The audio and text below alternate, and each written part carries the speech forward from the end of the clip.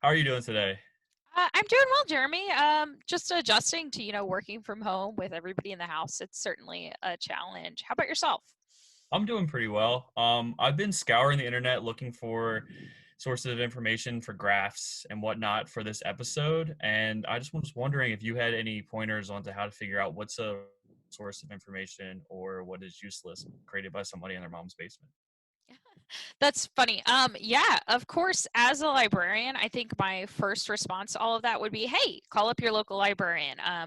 I know here at UB there are five of us that are happy to answer any questions through email, through chat, phone calls, and all of the local public libraries are still offering online reference service. So, of course, at any time, go ahead and look up your local librarians and your local resources. But I know a lot of the time you don't want to have to track somebody down, right? Like we all want to be able to make information decisions about information on our own.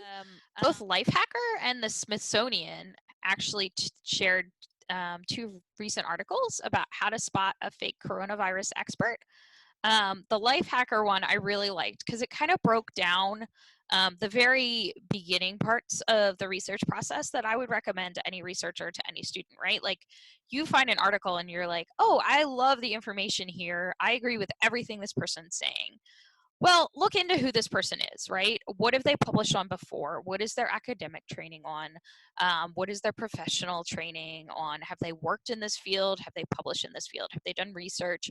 Or have they, for the past 20 years written articles about some literary or historical movement or just about anything. And then all of a sudden they're an expert on this one topic, which right now is coronavirus. Well, that might give you a moment to pause. Of course, anybody can shift and realign their interests and their expertise over a lifetime. But if someone hasn't shown a demonstrated track record of expertise in this area, then you might not want to make that your primary source of information, right? And you would go ahead and do what we call lateral reading in the library world. And that's really just, hey, I agree with this article, or this is interesting, or I want to make a decision based on this information. Then you're going to go and find multiple other sources that also confirm this thing, right? You never take one article, one source as the ultimate source of information, right? Everything can be a little bit differently and interpreted a little bit differently, as we've talked about multiple times throughout the stats and the charts and graphs. Um, there was also this article in Smithsonian Magazine that talks about how to spot fake news. And, fake news and misinformation is something that we're just inundated with, right? If you see a meme, a screenshot, something that's like just a little clip on Facebook or Twitter or Instagram or anything nowadays, it's really important to do your research, right? Like a lot of those things don't even have links.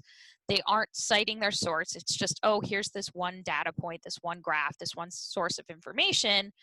And from there, a lot of people are making some knee-jerk decisions one way or another. You really want to go ahead and try to figure out where people got this information from and not just assume that this one image is true, because things can be edited, things can be made up truly, or they can just be misinterpreted. I know that we've talked about how looking at different graphs can interpret information entirely differently. Could you talk about some of the graphs that you actually found in your Sure, research? I have it right here. So, this source right here is ourworldindata.org. We verified this source before showing you guys this, but what we're looking at here is a graph, a linear graph that is explaining or has the daily new confirmed deaths, and then this is a rolling 3-day average. So this is a representative of the total number of cases broken down by a few countries. So if you look at this one, the United States isn't doing so hot right now with our total cases. It went up, started going down, back up again. Um, then if we look at the United Kingdom, middle of the pack. Italy, Spain here in the middle, but then South Korea is doing an awesome job down here. So this is a rolling 3-day average. So they're hovering around zero, if not at zero. So that's Wow. awesome for South Korea. Pat on the back. So then, but if we wanted to look at per capita to actually take into account different population sizes, Can you explain what per capita means? Just quickly, like sure. break that So down.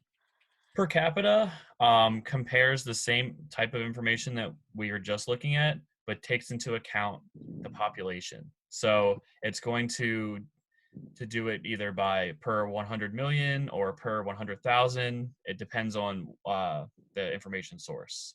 So Okay. if we look at this one right here is doing it per capita, and it says per million. So it says right here per million, not per 100,000.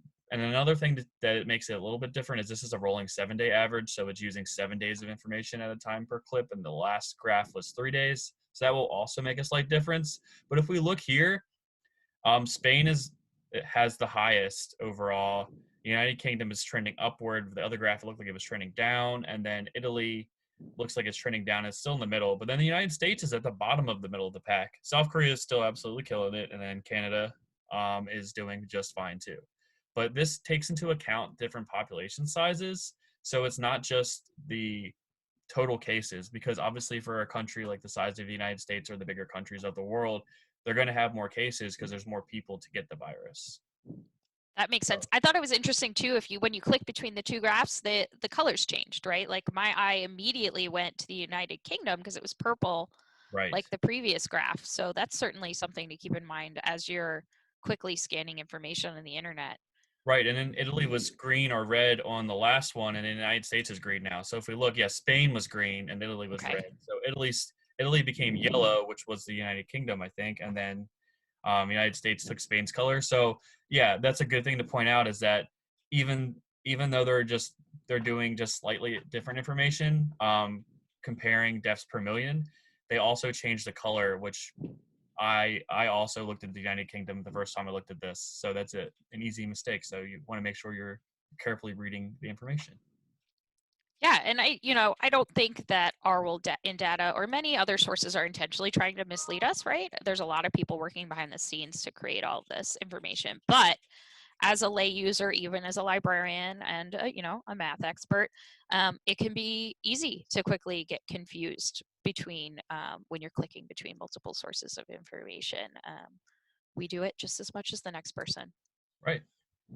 So that's all we have for you guys today. Hopefully you enjoyed this episode, and we'll see you again soon. Thank you.